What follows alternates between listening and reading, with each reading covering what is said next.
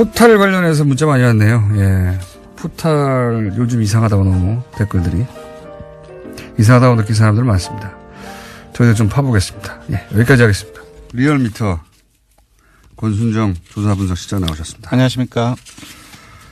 자, 여론조사 처음으로 50 숫자 찍혔네요. 예. 네, 처음으로 50%대로 물론 잠정 수치입니다. 저희들 네. 주중 잠정 집계. 화요일치가 그렇게 찍혔네요. 네, 네. 처음으로 그러니까 3일 연속 월, 화, 수 1,500명을 집계해서 나온 결과가 네. 긍정평가가 6.2%포인트 하락해서 59.8%. 이건 북핵부 때보다 더 큽니다. 네. 네, 부정평가가 6.3%포인트 상승해서 35.6%를 기록했습니다. 2주 연속 하락했고, 낙폭이 지난주에 4.6%포인트 떨어졌고, 이번 주에 6.2%포인트 하락했으니까 도합하면 10.8%포인트 아닙니까? 네. 이런 경우는 상당히 좀 이례적인 경우입니다. 맞습니다. 찾아봤더니 박근혜 정부 때 2014년도 4월 세월호 참사 때 11.8%포인트가 2주 연속 빠졌는데 그 이후에는 없었습니다. 네. 생각해 보시면 그 사이에 세월호 같은 사건이 벌어진 게 아니잖아요. 그렇습니다. 네. 지금 따지고 보면 좋은 뉴스가 더 많습니다. 네. 기본적으로는 뭐 불과 몇 개월 전까지 전쟁 난다고 하다가 네. 지금 어쨌든 전쟁이 아니라 올림픽을 통해서 이제 화해 모드를 만들고 있는 와중인데 이게 뉴스를 자세히 안 보는 분들이 이해가 잘 안 갈 거예요. 그러니까 국내 정책적인 논란 그런 네. 부분도 있긴 했었지만 세월호 참사와 비견할 정도는 아니고. 그러니까요. 예, 그 남북 북한의 평양 올림픽 참가 또한 사실상 평화 올림픽이라는 관점에서 접근해 본다고 한다면 이렇게 많이 영향을 미칠 정도는 아니라고 생각하는데. 저는 왜 그런지는 알겠어요. 알겠는 게 이게 개별 이슈로 보면 안 되고요. 제가 보기엔. 일단 수치를 이제 한번 소개해 주시죠. 예. 네, 그래서, 조사일 기준으로는, 조사일 기준 일간으로는 8일 연속 하락을 하다가 죄송합니다. 어제 24일 날에 60.3%로 소폭 반등했는데요. 그 이전에는 19일 날 64.4%로 시작을 해서 22일 월요일 날에 60.8%, 화요일 날 23일에 59.9%. 그러니까 일간 최저치를 기록했죠. 근데 거의 어제 바로 소폭이긴 하지만 60.4%로 그 화요일 날 처음으로 59.9를 찍은 거예요. 화요일 날 네, 처음으로. 그렇습니다. 자, 이게 이제 뉴스를 슥슥 훑어서 보시는 분들은 잘 모르시겠지만 그리고 모든 미디어를 모니터링 하지 않잖아요, 보통은. 그렇죠. 저는 직업이 이렇다 보니까 모든 미디어를 모니터링 하게 돼요. 근데 잘 모르시겠지만 평양 올림픽이라는 단어 엄청나게 조중동과 보수 매체와 포탈을 통해서 유포됐어요. 네. 이번에 자유한국당이 가장 성공한 프레이밍 중에 하나가 바로 역사적으로 제가 봤을 때 평양 올림픽이 기록되지 않을까 싶네요. 이게 이제 라임도 맞지 않습니까? 평창, 네. 평양. 예, 네. 그래. 평창, 그러니까 평창이라는 팩트를 두고 평양, 다른 한쪽에는 평화, 이 네. 평이라는 운율로 지금 맞춰져 있기 때문에 사실상 쏙쏙 더 잘 들어오죠, 사실. 실제 평양올림픽이라는 공세가 평양올림픽 아니란 말이죠.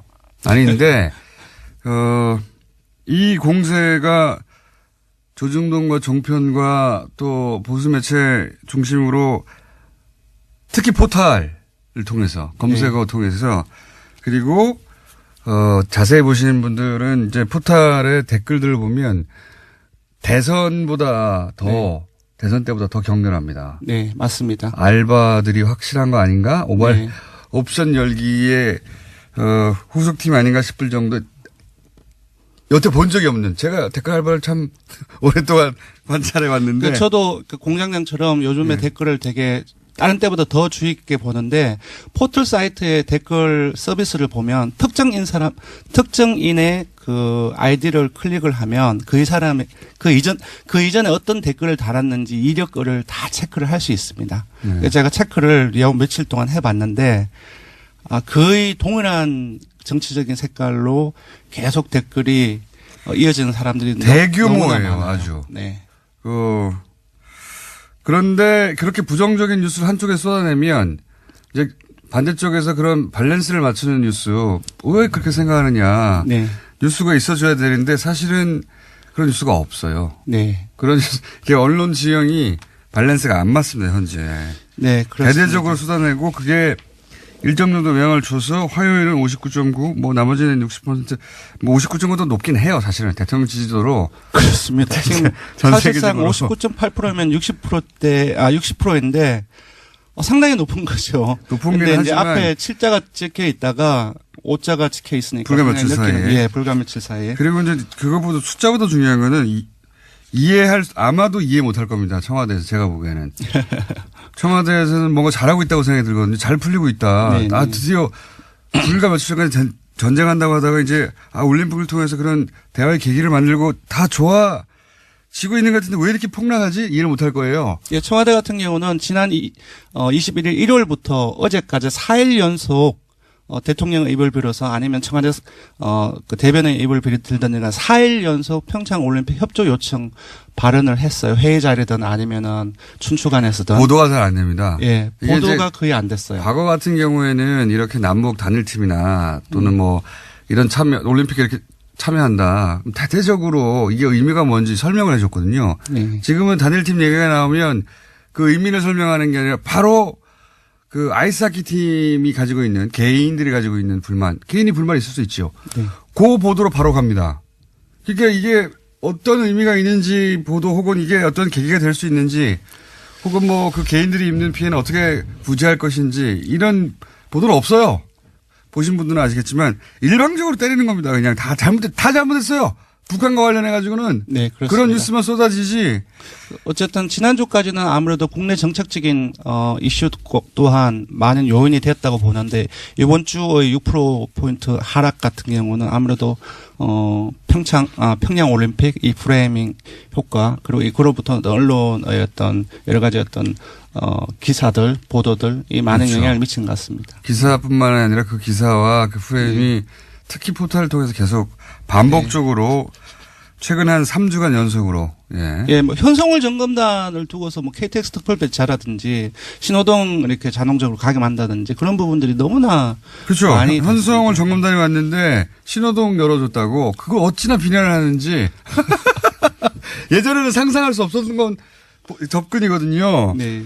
어쨌든 이번 주 떨어진 것은 TK 대구 경북하고 보수층 그리고 어느 정당도 지지하지 않는 회색 지대라고 할 수 있는 무당층에서 많이 빠졌습니다. 자, 그래서 처음으로 화요일 날 59.9를 찍었다. 네, 그렇습니다. 다른 요일은 뭐 60을 간신히 넘긴 했는데 네. 모르겠습니다. 이런 식으로 일방적으로 그 올림픽 관련해서 특히 계속해서 공세가 이어지면 어떻게 될지 모르겠고. 자, 그러면 시간이 많이 지났네요. 정당 지지율 빨리 짚어주시죠. 예, 2주째 민주당과 정의당이 하락하고 야 3당이 동반 상승했습니다. 잠깐 숫자만 불러드리겠습니다. 예. 민주당이 46.1%로 하락해서 19대 대선 이후 최저치를 기록했습니다. 한국당은 2.9%포인트 상승해서 21%로 19대 대선 이후 처음으로 20% 선을 넘었습니다. 효과를 보고 있는 거죠. 예, 국민의당은 7.0%로 상승했고요. 바른정당 역시 6.3%로 상승했습니다. 아까 말씀하셨던 여러 가지 보도가 통합 관련 보도가 많이 되면서 올라간 것을 보입니다. 정의당은 사진 많이 나오면 올라가요. 원래. 예, 정의당은 4.9%로 하락을 했고요. 잠재정당 지지율을 잠시 보면은 통합개혁신당이 12.7%로 2.8%포인트 상승했습니다. 사진 많이 나오니까 올라가네요. 예, 통합반대개혁신당은 조금 소폭 하락해서 3%를 기록했습니다. 조사 개요를 말씀드리면요. 이번 주중조사는 TBS 의뢰로 월요일부터 수요일까지 사흘 동안 19세 이상 5,009명을 대상으로 유무선 전화면접 자동운전 혼용 방식으로 실시를 했습니다. 포괄오차는 95% 신뢰수준 플러스 마이너스 2.5%포인트, 응답률은 6.1%였습니다. 포털 말고도요. 각종 커뮤니티. 대학 커뮤니티 같은데 젊은 세대가 잘 가는 커뮤니티 있잖아요. 네. 대학교의 커뮤니티도 댓글 알바가 붙은 건 난 처음 봤어요. 제가 한번 점검하거든요. 네. 정말 대규모 물량이다 이건. 이거 진짜 심각하게 다뤄야 됩니다. 자. 예. 사법부 강제수사 해야 되느냐? 국민 여론은 강제수사가 많겠죠. 예, 맞습니다. 요번 조사는 찬성과 반대를 물었습니다. 강제수사에 대한 찬성과 반대. 예, 검찰은 특검이 강제수사 해야 되느냐. 찬성이 69.7%로 응답자 10명 중 7명에 이르는 사람들이 찬성을 했고요. 반대는 28.7%가 나왔습니다. 너무 당연한 결과인 것 같습니다. 자, 지금까지 리얼미터 권순정 조사분석 실장이었습니다. 감사합니다. 고맙습니다. 최근에 그 평창 올림픽 관련한 보도들이 얼마나 편향돼 있었는지 그 보도를 전체적으로 모든 미디어를 이제 훑어보지 않으면 알 수가 없거든요. 그러나 이제 그걸 업으로 삼는 분들이 있습니다. 보기 싫어도 모든 미디어를 모니터링하는 민원연 김원경 사무처장과 함께 최근에 이 올림픽 관련 보도가 한쪽으로 대단히 편향돼 있었다는 점을 저희가 알려드리도록 하겠습니다. 민원연 김원경 사무처장이 나오셨습니다. 안녕하십니까? 안녕하세요. 네. 네. 실내는 모자를 안 쓰셔도 되는데 제법 따뜻한 편이에요. 아니. 방금 뛰어 올라오셔가지고. 패션입니다. 예, 방금 뛰어 올라오셔가지고. 네. 정말 추운 날씨긴 했습니다, 오늘. 네. 이제 YTN도 이제 포함됩니다, 사실은. 네. 저도 모니터링을 하기 위해서 YTN도 보고 돌려서 보는데. 네. 이 다른 무엇보다 이게 북한 관련 보도, 올림픽 관련 보도, 네. 뭐 현송월 보도 또는 평양 올림픽 혹은 올림픽에 관한 여러 가지 이제 자유한국당의 보도 굉장히 많이 이쪽에서 쏟아졌어요. 네. 자, 많은 문제가 있겠지만 시간이 별로 없어요. 그러게. 늦게 오셔가지고 네. 핵심만 정리하고 다시 한번 모실게요, 저희가. 예. 예. 일단은 총체적으로 정말 많은 문제가 있었어요. 그래서 시간대별로 그냥 제 얘기를 해보면요. 먼저 미녀 응원단만 강조하는 언론 행태가 일단 가장 문제라고 저는 생각을 하거든요. 그러니까 네. 보도가 처음에 나오자마자 관련 그 예상이 나오자마자 미녀 응원단의 규모가 어떻게 될 것이냐, 누가 올 것이냐, 뭐 이런 식으로 미녀 하는 그런 언론 행태가 있었고, 두 번째로는 현성월 단장 관련 보도에서 정말 스토킹에 가까운 그런 한심한 보도를 했다는 거. 속보. 네. 무슨 김밥 먹어 예를 들면 이런 식인 거죠. 무엇을 먹고 네. 무엇을 입고 저 옷을 입은 의미는 무엇이고 패션 전문가를 동원해서 그걸 해석하고 뭐 정말 난리가 아니었습니다. 하루 종일. 이틀 동안 내내 그런 보도가 이어졌고 네. 세 번째로는 현성월 보도에서 단순히 스토킹 보도만 문제가 아니고 그 과정에서 과잉 의전이라면서 굉장히 비판을 했고요. 그리고 우리 정부가 저자세 외교를 하고 있다라는 그런 지적도 많이 했습니다. 그런데 이 얘기를 하려고 사실은 현성월 단장 보도를 그렇게 많이 뽑아낸 거죠. 그렇죠. 예. 그런데 만약에 정말로 그랬다 하면 지적할 수도 있어요. 그런데 사실 과잉 의전이라고 보기 어려울 정도로 오히려 그러니까 굉장히 편안하게 그냥 오히려 보통 때처럼 했다는 지적도 굉장히 많았고요. 그리고 저자세 외교라고 할 만한 내용이 없었음에도 불구하고 추측성 보도를 계속하는 거죠. 그리고 네 번째는 우리 측 방문 행사와 관련해서 북측 선수단의 평창 올림픽 그 기간 내 활동 비용이 남북 교류 협력 기금에서 지원될 가능성이 있다. 만약에 그렇게 된다면 이것은 유엔 안전보장 이사회 대북 제재 결의 위반 소지가 있다. 위반이다도 아니고 위반 소지가 있다라고 지적하는 식의 비용을 문제 삼는 보도들이 이어졌고요. 마지막으로 지적할 것은 이런 전반적인 내용들이 거의 다 자유한국당 등의 그 야당의 주장이에요. 근데 야당의 이게 전부 다 자유한국당의 주장입니다. 사실은. 그죠. 예. 야당의 올림픽에 대한 헐뜯기식 주장, 뭐 이렇게 트집 잡는 주장 이런 내용들을 언론이 너무 무비판적으로 그대로 옮겨주고 있다. 사실은 이게 놀라운 것은 이번 평창 올림픽 관련해서는 말이죠. 정부가 내놓는 뉴스가 없어요. 그렇죠. 전달되는 게 여기 대해서 정부는 뭐라고 그랬지? 혹은 이건 왜 한 거지? 혹은 뭐 이게 정말로 과잉 의전이 맞냐? 네. 뭐 해명이나 혹은 주장이나 혹은 왜 이런 일이 이루어졌는지 설명이 보통 있고 네. 그런 다음에 여기에 대한 반론이 있거나 이의제기가 있어야 되는데 그게 아니에요. 그냥 맨 앞에 이게 나옵니다. 예. 맨 앞에 이게 잘못했다고. 네, 맞아요. 단일팀 보도도 마찬가지거든요. 단일팀 보도도 그 히스토리와 함께 왜 이런 일이 있어야 하고 네. 그리고 이게 의미가 뭐며 그럼 뭐 어떻게 할 것인지 이런 얘기가 있지 않고 제일 먼저 한 게 단일팀 보도가 나오자마자 지금 이로 인해서 피해를 입게 되는 그렇죠. 선수들 이야기. 예. 선수들 이야기부터 시작해요. 그래서 의미가 다 사라져 버렸어요. 예. 이 선수들 이야기만 엄청나게 했거든요. 예. 이 프레임도 사실은 굉장히 의도적이에요. 그러니까 보도 프레임 자체가 자유한국당이 내놓는 주장을 그대로 프레임으로 딱 해서 그걸로 계속 보도했어요. 반론을 살짝 실어주는 것뿐이죠. 정부의 의견은. 기본적으로 잘못했는데 네네. 정부는 이렇게 변명한다는 포맷인데다가 정부의 변명도 또 이런 보도를 본 적이 없어요. 남북 관련 보도에서. 정부 관련의 해명은 이거 변명하는 거네 싶게끔 네. 편집이 돼 있어요. 네. 저는 제가 제일 이런 걸 본 적이 없어요, 진짜. 우스꽝스럽다고 생각했던 것은 예. 이 미녀를 굉장히 강조하고 이제 현송월 단장에 대해서 계속 그렇게 스토킹을 하면서 보도를 했잖아요. 무엇을 입었나 뭐 이런 걸 굉장히 많이 얘기했잖아요. 미인이다. 그런데 정작 그렇게 방송하는 그런 언론에서 뭐냐면 이것이 북한의 체제선전 수법이다. 라면서 또 막 비판을 하고 그렇죠. 있어요. 평양 올림픽으로 이어지는 네. 소위 이제 브릿지가 되는 내용이죠. 네네. 이게 다 북한 체제 선전이라고. 네, 그런데 북한의 체제 선정이라고 그렇게 비판을 할 거면 거기에 노란 아지를 발아야 되잖아요. 근데 우리 언론이 사실상 그 자신들의 주장대로 하면 북한의 체제 선전이라는 것을 다 알면서도 계속 그 외모를 부각시키고 그것을 그냥 계속 띄워주고 있는 그런 그래야 내용을 또 하고 있다는 방송은 거죠. 보거든요. 네. 그러니까 이 수법이 이런 겁니다. 미녀 응원단을 내세워서 사람들을 보게 만든 다음에 실제로는 정부 때리기만 하는 거죠. 그렇죠. 처음부터 끝까지 이 방송들만 보고 있잖아요. 네.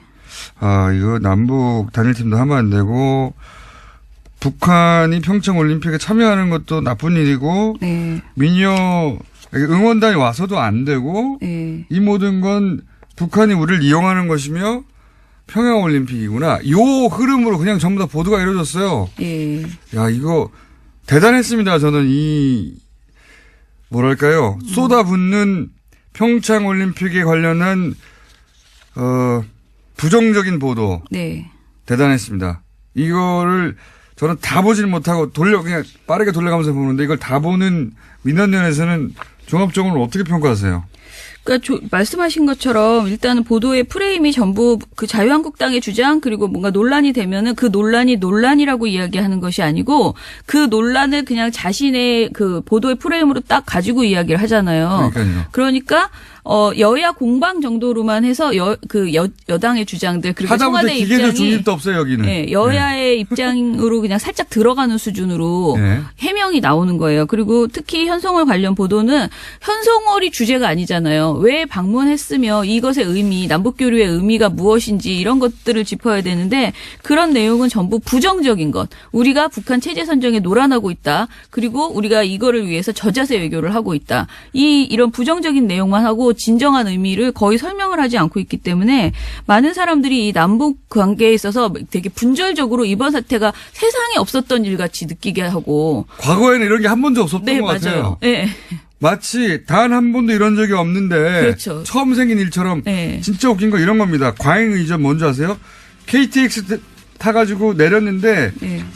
대합실 지나서 에스컬레이터로 안 지나갔다는 겁니다. 예, 예. 2분도 이게 되지 과잉 않았다. 운전이라는 거예요. 열차에 올랐다. 예. 3부에 다시 얘기하겠습니다.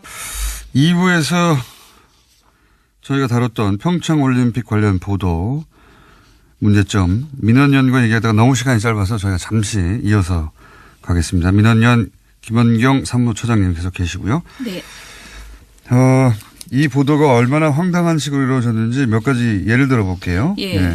지금 이제 시간이 없으니까 중요한 재미있는 사례 위주로 말씀드릴게요. 채널A에서 저녁종합뉴스에서 특별열차 교통통제 글쎄라는 21일 보도에서요. 문제 삼은 것이 KTX에서 내려서 버스에 타는데 2분이 되지 않았다. 2분도 채 되지 않았다라고 하면서 이게 이제 과잉 의전이라는 식으로 얘기를 한 거죠. 현송월 단장이. 그리고 현송월 숙소가 호텔 한개동을 통째로 빌렸다라는 그런 보도도 채널A에. 예, 그 전에 네. 이제 KTX 일반 승객이 서울역에서 KTX를 이용하려고 하면 당연히 이제 대합실을 지나 에스컬레이터 타고 내려와야 하는데 현송월 일행은 네. 내린 다음에 승강장 옆에 통로가 있는데 그 통로를 통해서 바로 들어와가지고 2분 만에 열차에 약이 오른 올랐다. 거죠 지금. 2분 만에 과잉 의전. 이게 말이 됩니까? 이게 이동 동선을 짧게 해서 네. 보안상 안전 문제를 해결하려고 하는 건데 이게 특혜를 받았다고. 네. 그러면 이 북한에서 온 일행을 전부 다 일반 승객 같이 쭉 줄 서가지고 네. 그런 다음에 에스컬레이터 타고 막 뒤섞여서 오게 하라는 거잖아요. 그러니까요. 네. 이 말이 됩니까? 근데 그런 말이 안 되는 내용이 한두 개가 아니에요, 지금. 그러니까 아까 말한 채널A의 그 호텔 한계동 이것도 그야말로 새 호텔을 구했다라는 것이고 북한 정권담을 위해서 2개 건물 중 하나를 통으로 비우고 그리고 7명에게 상급계실로 구성된 상계층을 모두 제공했다. 이게 뭐 그렇게 중요한 내용이라고 굉장히 부각하고요. TV조선에 이거는 축구 선수단만 와도 이렇게 해요.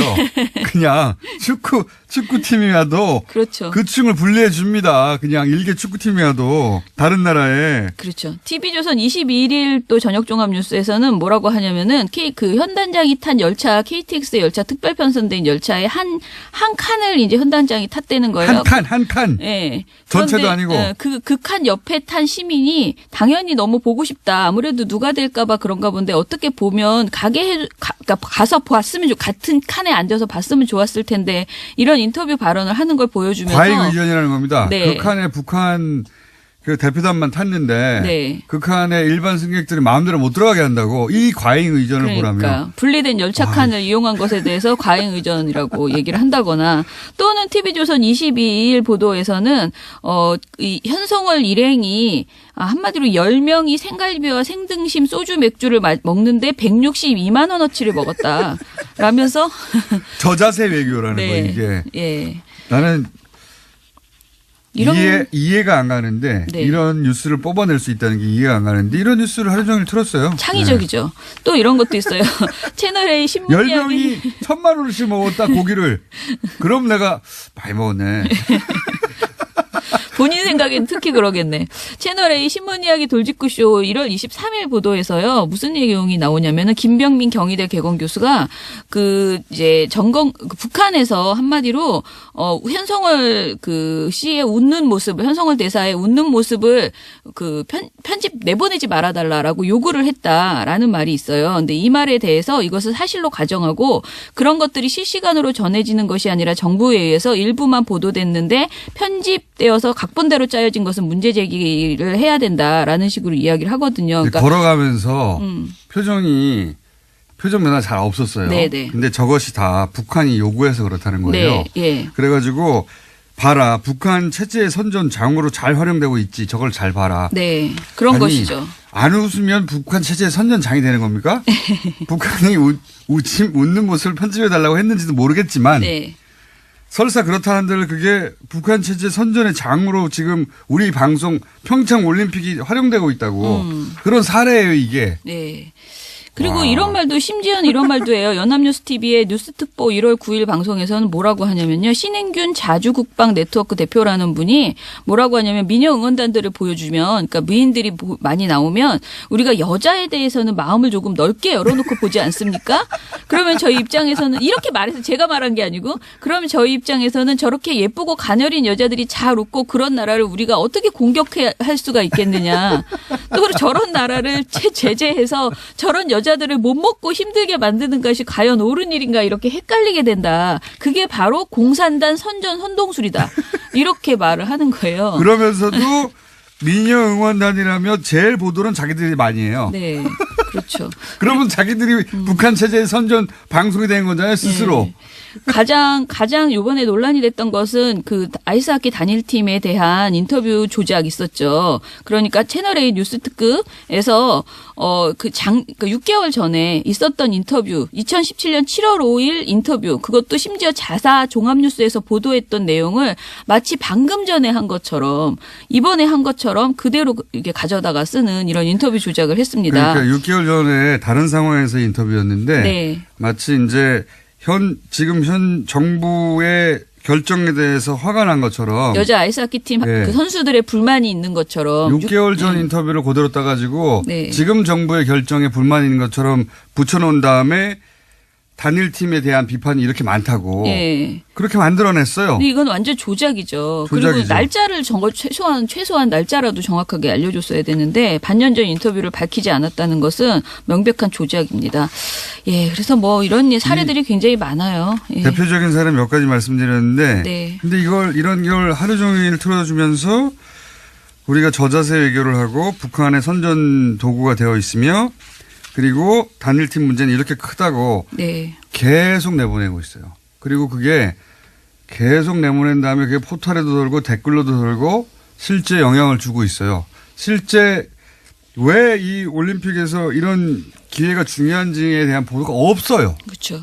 없으니까 사실은 부정적인 인식을 퍼뜨리는데 아주 기여하고 있는 거죠. 예. 그리고 이제 최근에 그런 거 있었잖아요. 비트코인 대책이 국정농단보다 더 나쁘다라는 제목을 TV조선에서 보도한 적이 있었거든요. 저녁 종합 뉴스에서. 더 나빠요. 그런데 채널A 뉴스 특급에서는 이번에 이 남북 교류 이것이 국정농단에서 우리 그 국정농단과 비교를 하는 거예요. 그래서 국정농단 사태에서 얻은 교훈이 뭐냐? 정부가 민간 기업을 압박해서 뭘 하면 안 된다라는 것인데 이번에 전혀 그 단일화 팀의 대가로서 실업팀을 만든다. 이것이 국정농단과 뭐가 다르냐 이런 식으로 또 접근하는 하여간 여러 가지로 참 창의적으로 비판할 수 있는 모든 방법을 동원한다 이렇게 보시면 될 것 같습니다. 그러니까요. 네. 지금 이 과거에 이제 그 단일팀이라든가 네. 혹은 뭐 남북이 만나서 이런 식으로 평화의 기회를 만들어 보려고 할 때 있었던 보도들이 있죠. 수십 년간. 네.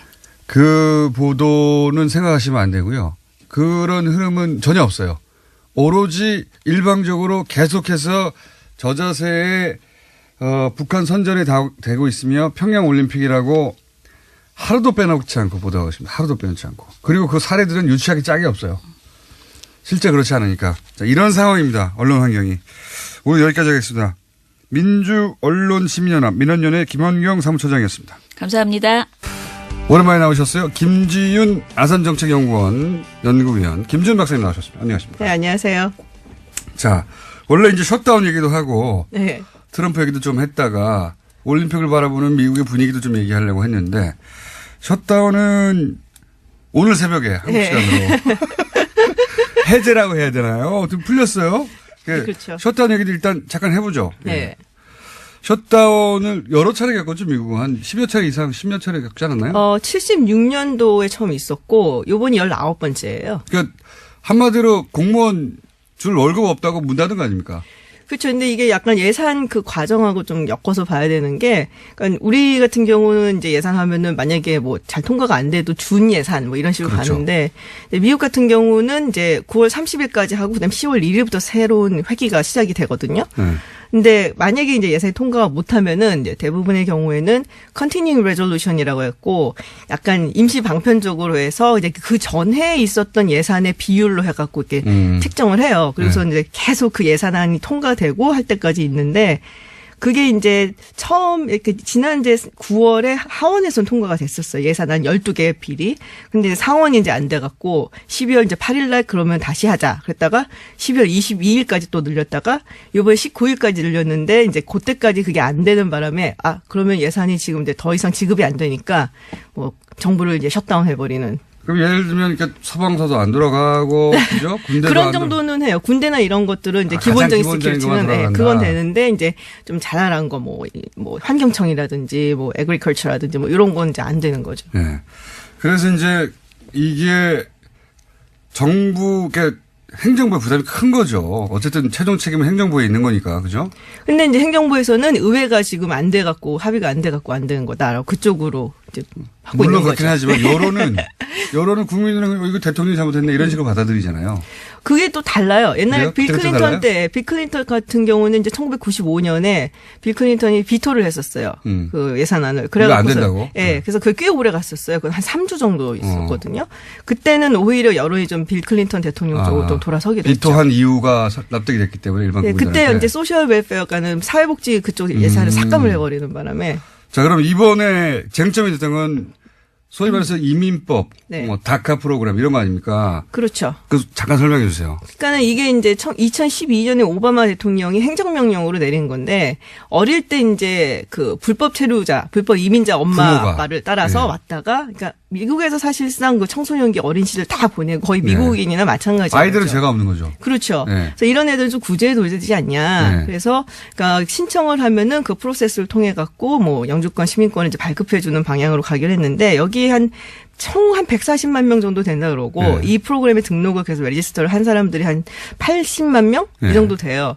근데 이제 트럼프 대통령이 지난 9월에 이거 폐기하겠다라고 네. 했었죠. 그럼 거꾸로 이제 오바마 대통령 때문에 자기 명단만 제출한 꼴이 된 겁니다. 그렇죠. 이제 어딘지 다 알죠. 이제 그러니까요. 역으로 예. 혜택을 주겠다고 해서 명단을 제출했는데 거꾸로 범인 취급을 하게 된 거죠. 그렇죠. 그래서 이거를 이제 구제를 해야 된다. 그래서 민주당에서는 이거를 행정명령에서 법안으로 바꿔갖고서는 통과를 시켜갖고 구제를 해주자 그러고, 근데 트럼프 대통령은 그 당시에 이제 본인이 폐기를 하겠다 얘기를 하면서 확 자르진 않았어요. 그래서 6개월 안에 의회 니네가 알아서 좀 해봐라.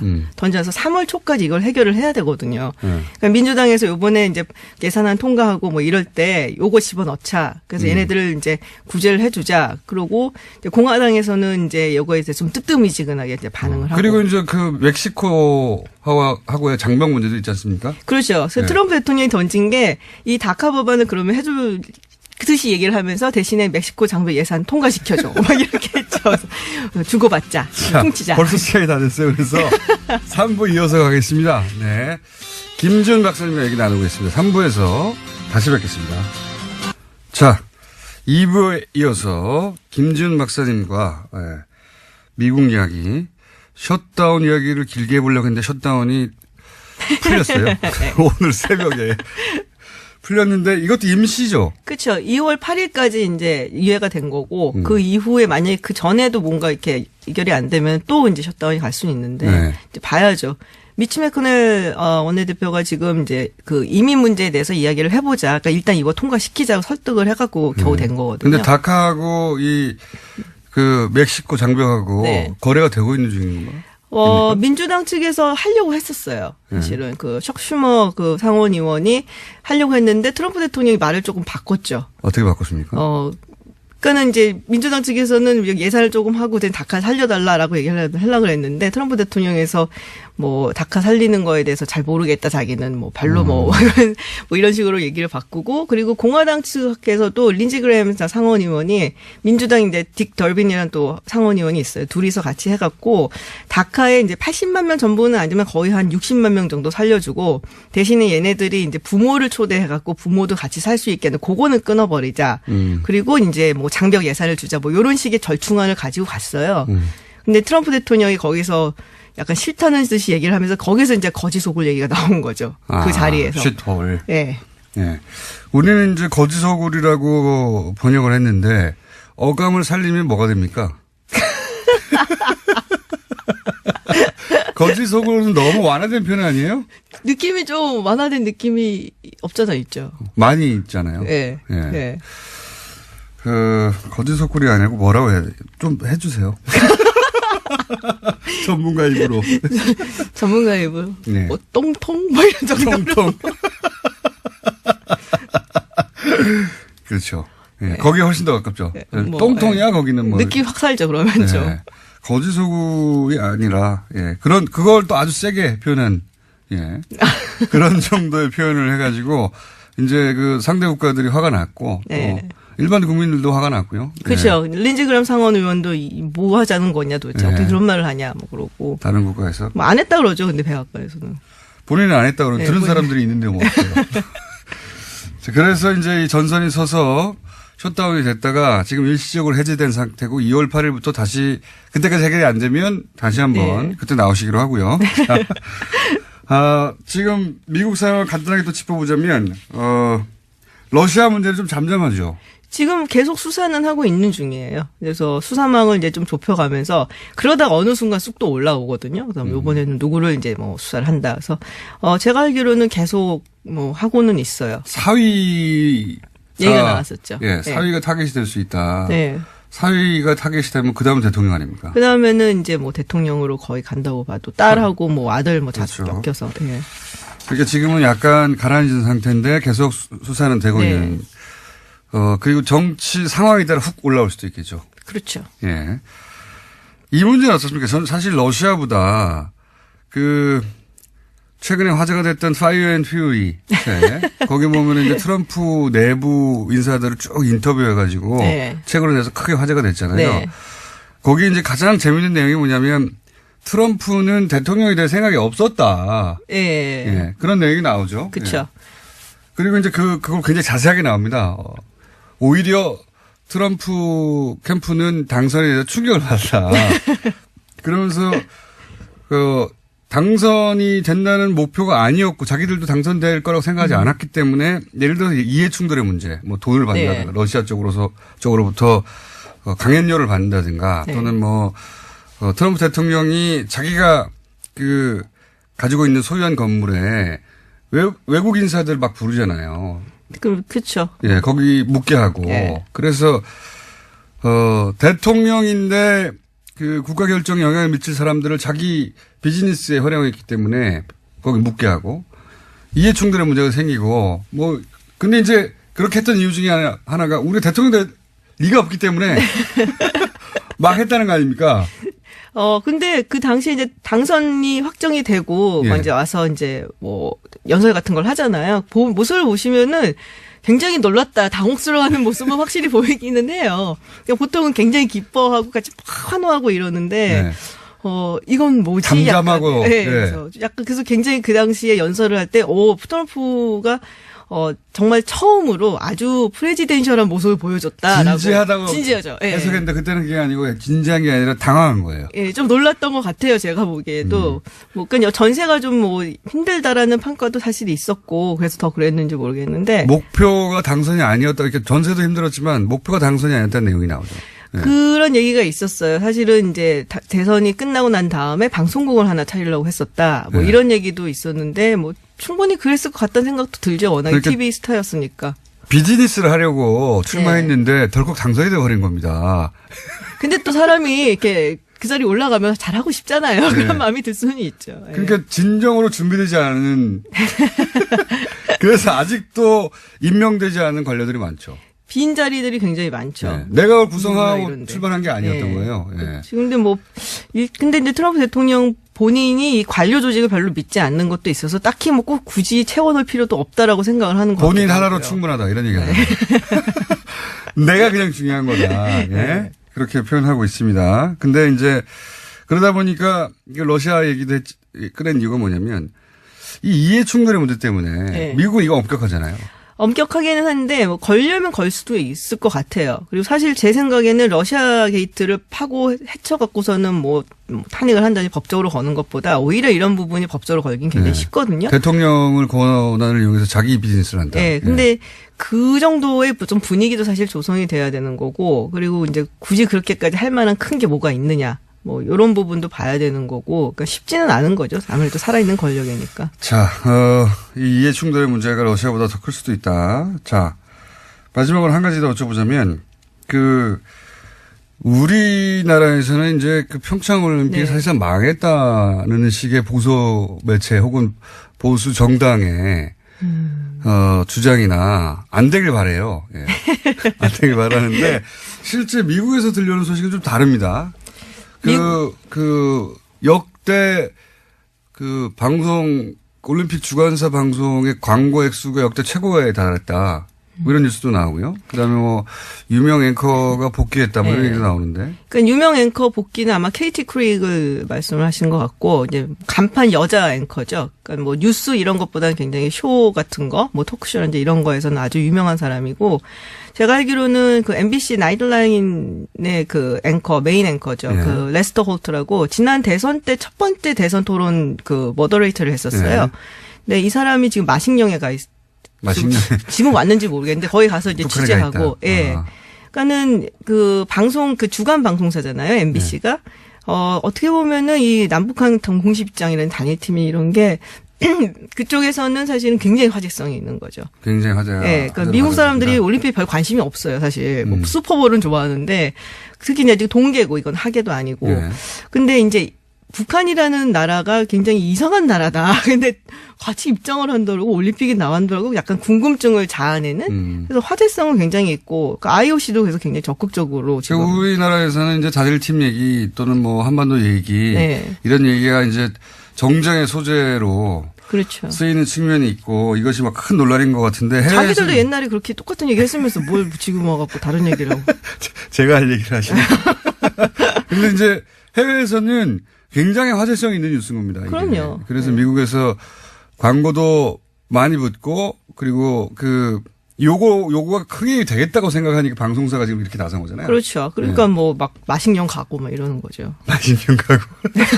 자, 우리 분위기하고 다르게 해외에서는 굉장히 긍정적이고 흥행에 뭔가 대박 요소가 등장했다. 네, 거기에 이권이 있는 뭐 하여튼 사업체들은 다들 이제 굉장히 환대를 하는 분위기죠. 네, 그리고 그러다 보니까 광고도 많이 붙고 있다. 네. 네. 국내 분위기하고 다릅니다. 네, 현재 그 소식도 좀 전해주셨고 마지막 한 가지만 더 질문 드릴게요. 네. 지금 현재 트럼프 대통령 지지율 어떻습니까? 1년 됐는데. 박스권이에요. 박스권. 한 37%, 40% 그 사이를 왔다리 갔다리 역대 한 체제를 계속 유지합니까? 그렇죠. 그래도 공화당 유권자들 사이에서는 80% 넘게 지지를 여전히 받고 있고, 민주당에서는 뭐 90% 가까이 싫다 그러고, 그리고 인디펜던트, 무소속 뭐 이런 사람들 사이에서는 뭐 한 반반 갈린 것 같아요. 네. 그러니까 극단적으로 나뉘는 거군요. 네. 그런데 전체적으로는 37에서 40. 그 사이를 왔다리 갔다리. 네. 역대 대통령 취임 1년 미국 대통령 기준으로는. 네. 역대 노르가즘 노회찬 원내대표 나오셨습니다. 안녕하십니까. 네, 안녕하십니까. 네. 사실은 요 사안은 또 전문가 아니십니까? 법조계 출신으로서. 그러니까요. 네, 본인이 이제 법원을 통해서 의원직도 상실한 바가 있기 때문에 예. 하실 말씀 아시죠, 이게? 예. 읽어보셨죠, 이거? 예, 뭐, 여기 여러 가지 문제가 있는데, 눈에 띄는 것은 이제 법원 행정처, 이거 법원 행정처에 있는 분들이 주요 보직자들은 다 판사 출신들입니다. 그렇죠. 현역 네. 판사들이죠. 네. 근데 이분들이 그 판사들을 갖다가 뒷조사를 해가지고 우리 편 아닌 편 이렇게 구분을 하고. 너 우리 편, 얘 아니야. 예. 얜 세모, 이렇게. 근데 그런 과정에서 보면은 법원 내부 그 망에 그 여성 판사들만 들어가는 곳이 있습니다. 네. 판사라더라도 남성들은 못 들어가도록 폐쇄 공간인데요. 네. 이런데 그 아이디하고 비밀번호를 알아내가지고 들어가서 거기까지 다 훑어보는 거예요. 이메일도 훑어보고. 예. 못 들어가겠지 하는 곳에 다 들어가가지고 다 누군지 알아내요. 그렇습니다. 네. 다 알아내고 그리고 행정처라는 곳이 이제 기본적으로 법원 행정을 다 총괄하는 곳이다 보니까 사실은 시스템을 장악할 수가 있으니까요. 서버를 열어보면 다 알 수 있는 거 아닙니까? 그렇게 한 것 같습니다. 보니까. 예, 이미 그 자료로도 나와 있습니다만 사법행정위원회라는 주요 이제 법적 기구가 있는데 여기에 이제 들어갈 판사들 후보군들을 갖다가 이제 분류를 해놨어요. 저는 이것도 일종의 리스트라고 보는데. 당연히 리스트죠, 사실. 여기 보면은 보수 판사, 예. 보수 성향 판사, 그러니까 자기 편이라는 거예요. 예. 그 다음에 좀 온건, 예. 중도라는 거고, 그 다음에 강경. 예. 근데 더 재밌는 건 이게 컬러가 어떻게 된 줄 아세요? 보수는 빨간색이에요. 어떻게 보수가 빨간색입니까? 새누리가 빨간색이지. 그러니까요. 보수 빨간색이고, 그리고 강경이 무슨 색인 줄 아세요? 블랙입니다. 까만색이에요. 블랙리스트죠. 블랙 조심해야 돼요. 무슨 요새 블랙 뭐 많던데. 블랙하우스 있습니다. 예. 그래서 그러니까 이런 식으로 구분을 내일 블랙하우스 하는 날입니다. 구분이 돼 있고요. 네. 가장 핵심적인 문제는 뭔가면은 지금 몇 개의 그 개인용 PC가 있었는데 네. 그 중에 한 개만 내놓지 않았어요. 예. 그게 바로 핵심이죠. 임종원 예. 법원행정차장의 그 PC인데. 본인이 비밀번호를 내놓지 않았죠. 예, 그리고 PC 자체를 내놓지 네, 않았어요. 맞습니다. 예. 이건 열어보지도 못했어요. 예. 나머지는 열어봤는데 비밀번호 걸린 것 때문에 700여 맞습니다. 개는 예. 못 열어봤는데 문제는 이게 가장 열어볼 필요가 있는 거라는 겁니다. 왜냐하면 이 임종원 법원행정처장은 이미 특검 수사에서 박근혜 특검 수사에서 나온 것처럼 지금 그 우병우 민정수석하고 예. 1년에 수백 통 전화를 서로 오가는 사람이에요. 네. 어떻게 법원 행정을 책임지는 사람하고 청와대 민정수석이 수백 통 했다는 얘기는 주로 판결에 관련된 거 아니고서 뭐 법원에 뭐 비가 샜는지 이런 것 때문에 전화를 한 건 아닐 거 아니겠습니까? 비품 구매 때문에 예, 전화한 건 아니겠죠. 이게 완전히 독립적으로 이 운영돼야 될 법원이 특히 대법원이 청와대와 커넥션이 이렇게 그러니까요. 유착 관계가 긴밀하게 있었다는 것은 심각한 의혹이기 때문에 앞으로 반드시 이 조사가 돼야 될 부분입니다. 근데 이게 이제 그 사법부다 보니까 네. 판사들을 대상하다 보니까 검찰 쪽에서도 부담이 큰 것 같아요. 왜냐하면 앞으로 모든 사실은 판사는 심판이고 변호사와 검찰이 부딪히는 거 아닙니까? 그런데 이제 이 검찰이 사법부 전체를 대상으로 수사한다든가 사법부의 핵심 요직에 있었던 사람을 수사하는 게 부담이 크고 사법부도 또 내부 조직 논리상 사법부가 어떻게 검찰한테 수사를 의뢰하냐. 이런 인식이 있는 것 같아요. 그렇습니다. 그건 또 한편 사실이기 때문에 그래서 저는 어떻게 해야 됩니까? 김명수 대법원장에게 마지막 기회, 한 번의 기회가 주어져 있다. 네. 지금 진상조사위원회도 진상을 파악하지 못했고 네. 추가조사위원회는 문서만 파악했어요. 그렇죠. 이번에 파악된 문서 중에 문제가 되는 내용들이 많았잖아요. 네. 이것들이 실행됐는지 안 됐는지는 추가조사위원회에서 조사를 안 했습니다. 네. 그럼 이건 조사 안 하고 넘어갈 거냐.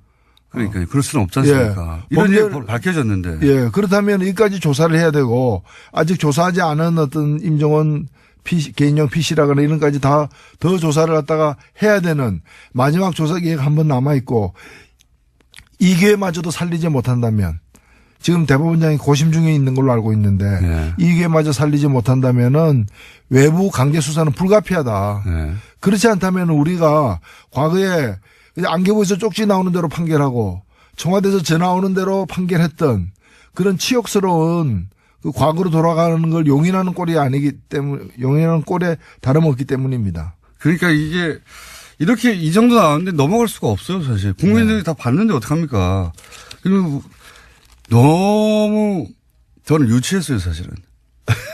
이게 경악스럽기도 했지만 동시에 유치하게 됐습니다. 이게 뭐, 한반에서 쟤 누구 편이야? 물어보고, 쟤 누구 편이야? 물어보고, 옆반에 그 담임한테 얘기해. 뭐 이런 수준을 전혀 벗어나지 않아요, 전혀. 그럼 문장 되게 웃깁니다. 무슨 누구누구 판사 같은 경우에 이제, 분석을 하면서, 이 사람은 낄 때 안 낄 때 판단이 밝아. 뭐 이런. 그 다음에 아까 빨간색, 까만색, 초록, 푸른색으로 이렇게 구분했는 리스트 있죠. 그게 네. 사법행정위원회 구성할 때 뭐라고 나와 있냐면은 너무 우리 편으로만 하면은 국제임금법 밖에서 이제 꼬투리 잡힐 우려가 있기 때문에 조심해야 된다. 적당히 섞어라, 뭐 이런 거. 나름대로 머리 좀 써보자.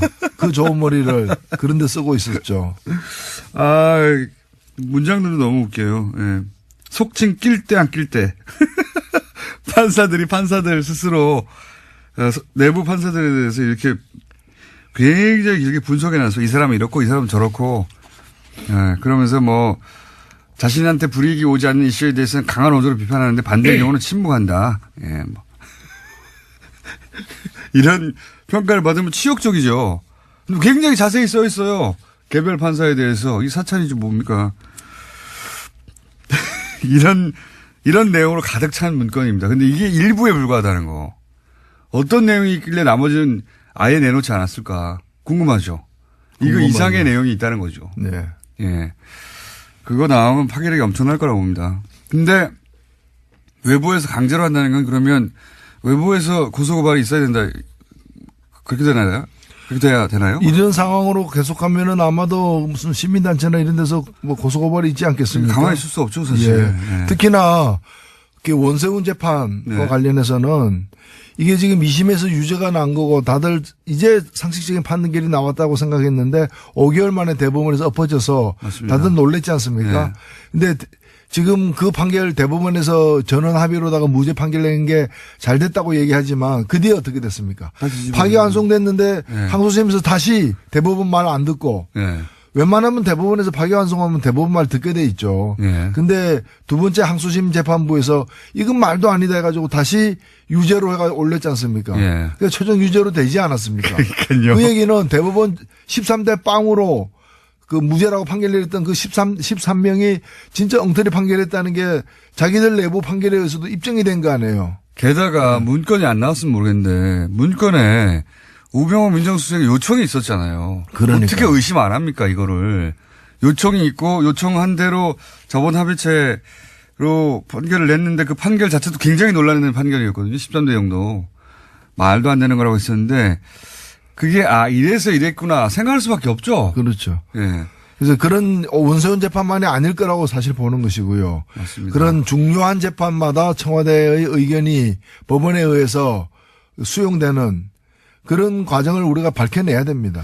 그리고 또 이제 이 내용 중에 보면 이런 게 있습니다. 청와대가 오해하지 않도록. 그러니까 그 원세훈 2심에서 유죄가 났지 않습니까? 3년 유죄가 나니까 그 내용 중에 어떤 게 있냐면 이제 청와대가 오해하지 않도록라는 것은 사법부가 청와대의 뜻을 의도적으로 거스른 게 아니다. 이런 거 아닙니까? 뭐 오해입니까? 판결이 났는데 판결이 났으면 판결 받아들여야지. 오해하지 않도록 뭐 오해를 풀어줘야 되는 식의 그런 문구들이 있어요. 저는 그거 보면서 제가 그 안기부 삼성 엑스파일 사건 때 2심에서 무죄를 받았지 않습니까? 그때도 삼성그룹 이근 회장이 오해하지 않도록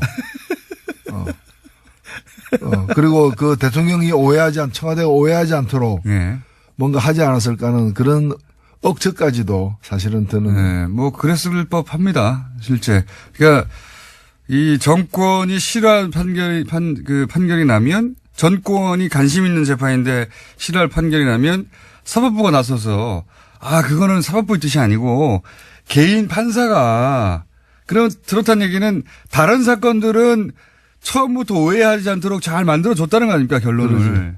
그렇게 생각할 수밖에 없죠. 그리고 우리나라 30대니까 뭐 정정하겠습니다. 그러니까요. 각하. 그래서 정정한 거 아닙니까, 이게. 이제 일종의 음모론처럼 그렇게 돌아가는 거 아니야?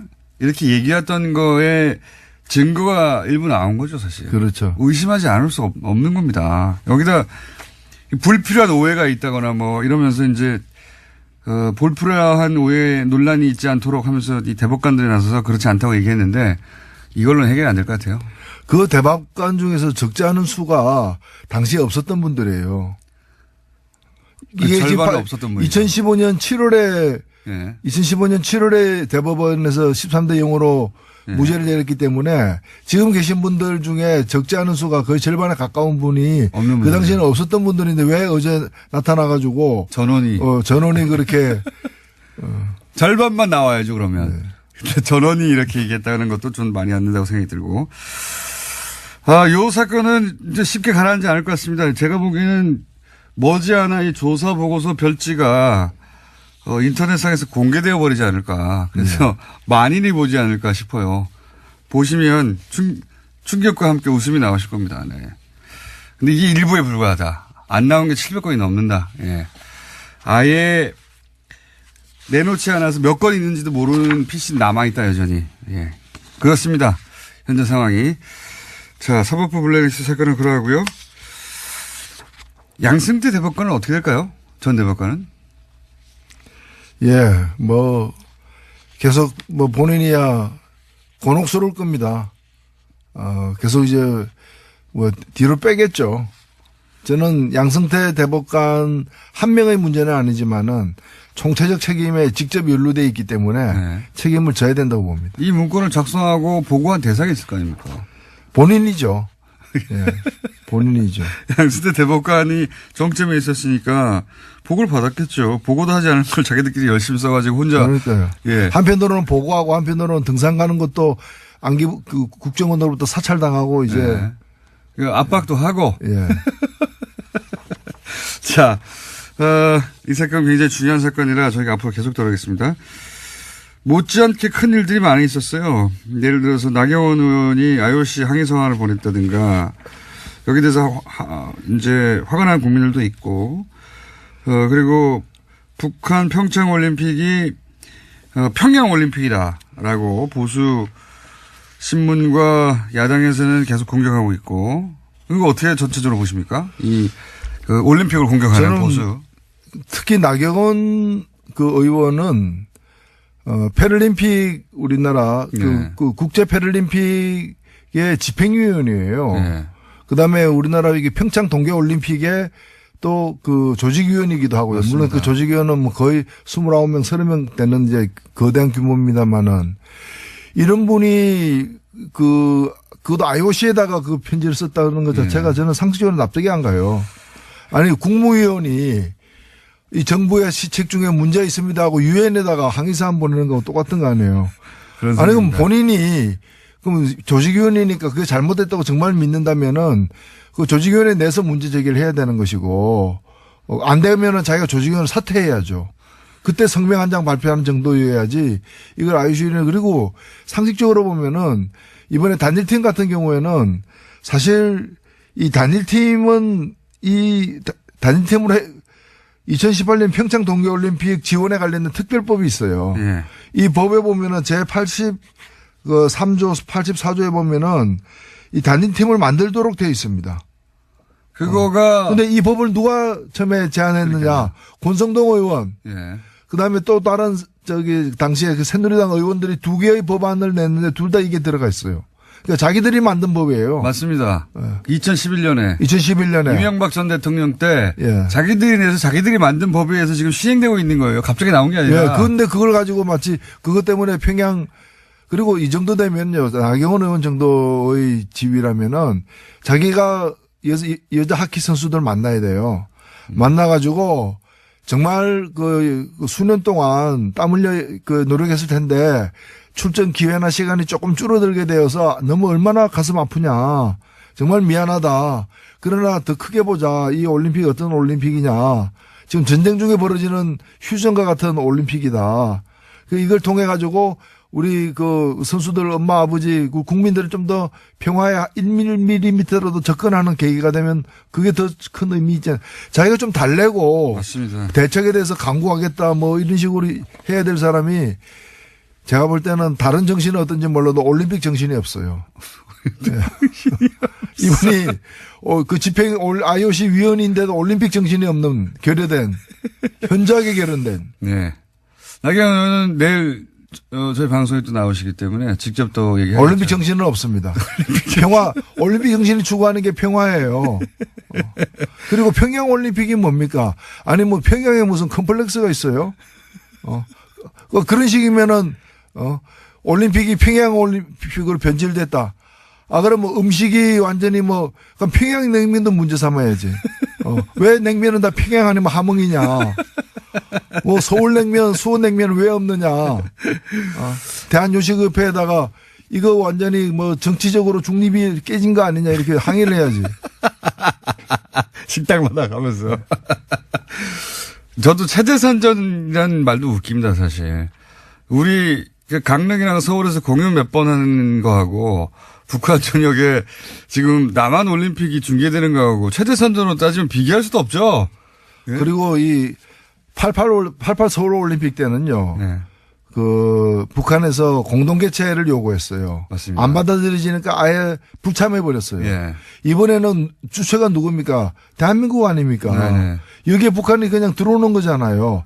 다만 입장할 때 네. 공동 선수단이라고 해가지고 같은 옷 입고 같은 깃발 들고 한번 입장하고 퇴장하는 것밖에 더 있습니까? 거기에 그 규모도 작아요, 사실. 선수단의 규모는. 우리 옆에 조금 들어오는 정도입니다, 사실. 압도적 체제 선전은 대한민국이 하고 있는 거예요. 맞습니다. 북한에서 볼 때 남한 선수단 규모가 이렇고 북한은 조금 서 있고 경기 수도 얼마 없고 근데 한 번도 자신들은 개최하지 못한 올림픽을 두 번이나 하는 거 아닙니까? 동계하게 다. 그럼 남조선 체제 선정의장에 예. 북한이 왜 참여하느냐라고 북한 내에서는 문제가 나올 수도 있지만 그렇게 나와야 정상인 상황인 그렇죠. 거예요. 북한에서 이건 남한 체제 선전하는 거 아니냐라고 항의가 나올 내용입니다. 어떻게 올림픽 전체하고 공연 몇 개하고 비교가 됩니까? 체제 선전을 하자면. 이게 말이 안 되는 건데 이걸 또 엄청나게 또 보도를 해줍니다. 네, 체제 선전 평양 올림픽. 네, 이분들이 두려워하는 거는 제가 볼 때는 평화예요. 두려워하는 거는 평화예요. 네. 남북 간에 늘 군사적으로 이렇게 긴장돼 있고 전쟁이 언제 일어날지도 몰라야 자기들이 그나마 살 그 틈이 생기는데 그런 게 이제 평화로와 대화로 하면은 그렇잖아요. 핵무기 달라고 국어라도 다니고 막 이랬는데 한핵 줍쇼. 평화 시절에 오면은 골치 아프잖아요 이게. 그러니까 자신들이 서식하고 이렇게 번성할 기회가 점점 적어지는 거죠. 네, 서식지가 줄어들고 네. 그러다 보니까 이제 이런 논란을 막 키우고 있는데 게다가 이 법안들도 자기가 만들었고 자기들이 집권하고 있을 때는 자기들이 인공기 옆에서 한반도기 흔들면서 엄청나게 응원도 했었어요. 예. 네. 지금 반대하는 분들 사진이 많이 찍혀 있습니다. 북한 응원단 옆에서. 그때 그런 얘기 전혀 안 했거든요. 야, 북한은 핑계인 것이고 자기들이 궁색하게 되는 자신들의 그 처지, 그 불우한 처지가 이제 원망스러운 거죠. 불우한 처지. 자, 그렇습니다. 예. 평양 올림픽이라는 비난은 진짜 말이 안 된다고 봅니다. 예. 북한에서 이거 서울 올림픽에 왜 들러리 쓰고 있느냐 이렇게 나온다면 얘기가 되는데 예, 말이 안 된다고 보고 예, 국민당은 이제 완전한 파탄에 이른 것 같습니다. 그죠? 예. 그죠? 거기를 완전한 파탄에 이른 그 서로 성명전 하는 걸 보면 예, 남북보다 더합니다. 그 정도에 이르러서 대화는 끝인 것 같고 서로 징계하라고 하고 있고요. 예. 그냥 예, 뭐 안타깝죠. 국민들이 이제 그런 걸 보면서 이제 뭔가 좀 이렇게 하다가 뜻이 달라질 수도 있는데 합의하에 갈라서거나 이제 그러질 왜 못하느냐. 비례대표 출당 문제는 어떻게 생각하십니까? 저는 해줘야 된다고 봐요. 저는 유승민 대표의 얘기가 옳다고 봅니다. 저는 그런 점에서는 유승민 대표가 이제 중간중간에 보면은 굉장히 이성적인 판단을 내릴 때가 늘 그렇다기보다는 중간중간에 이제. 남북 문제에서는 좀 의견이. 예, 좀 다릅니다만. 이 문제에 있어서는 그 말이 맞아요. 그러니까 정치라는 것이 물론 늘 이제 막 이해관계 때문에 다투기도 하지만은 그래도 선을 그을 때는 좀 이성적으로 그어야 되는데 이걸 사실은 못 먹는 감 찔려나 보자는 그런 식이거든요. 그런 식으로 보내주면 니네가 더 커지잖아 이런 거잖아요. 정치란 건 뜻이 같은 사람들끼리 모여서 하는 것인데 뜻이 다르지만은 너 못 보내줘 왜? 니 잘 되는 거 보기 싫으니까. 그러니까 너는 좀 망해야 돼. 뭐. 그러니까 그거죠 그거. 예, 네. 그런 심보로다가 국민들에게 지지를 호소한다는 것도 참 우스운 거죠. 예, 이 통합 과정에서 제가 보기엔 유승민 대표가 최대 승자고, 예, 득실을 따지자면 안철수 대표가 많이 잃었어요, 사실은. 민심도 많이 잃었고, 과정 중에, 일처리 과정 중에서도. 안철수 대표가 주도하고 그렇게 원한 건데, 정작 본인은 그 혜택을, 입기는 커녕 피해를 가장 많이 당한, 스스로 입은 거죠. 뭐 자초한 거긴 합니다만. 그렇게 결론, 현재까지는 나오고 있는 상황인 것 같고. 시간이 다 됐네요. 혹시 요 정계 개편 가운데 정의당이 혹시 어느 쪽과 이렇게 손을 잡는다든가 이럴 계제는 없을까요? 예, 뭐 정의당이 어렵긴 하지만 네. 그렇게 경직돼 있지는 않습니다. 유연하게 개방적으로 관계를 맺을 거고요. 뜻이 같은 부분들하고는 연대도 하고 정책 추진도 함께 할 수 있고요. 그러나 지금 얘기되고 있는 공동교섭단체 같은 것은 그걸 통해서 국고지원금 좀 더 많이 받고 국회 내에서 무슨 이렇게 기회나 이런 권력을 배분할 때 좀 더 좋은 조건이 되는 것 말고는, 우리 국민들 앞에 같이 해야 될 이유를 설명하기가 쉽지가 않다는 점에서 저는 사랑을 하지 않으면서 결혼하는 거 있죠. 비자를 얻거나 뭐 국적을 얻거나 그런 걸 우리가 뭐라고 그럽니까? 위장 결혼이잖아요. 네. 국민 앞에 위장하는 일은 없을 것입니다. 그래요. 네. 그런 얘기도 일각에서 있길래 저쪽에서 뭐 말아봐야 15석이나 그 정도 된다고 하면 정의당과 같이 이렇게 그리고 지금은 또 그런 셈법을 할 때도 아니지 않습니까? 네. 지금은 각자 자기 세력을 잘 이렇게 보존해서 국민들 앞에 당당하게 임해야 될 때라고 봅니다. 알겠습니다. 예. 이런 얘기가 정의당 내부에서도 있긴 있습니까 혹시? 외부에서 이제 관찰자들이 그런 얘기를 하는데. 예, 정의당 내에서는 뭐 어제도 저희가 회의를 했습니다마는 네. 이런 문제 제기가 바깥에서도 나오는데 한번 토의해보자. 네. 이런 얘기하는 분들이 없어요. 전부 다 뭐 파리바게트가 어떻고 최저임금이 어떻고 민생 문제 이런 데만 관심이 있어서. 예. 예. 근데 이게 좀 저희들이 바쁩니다, 사실.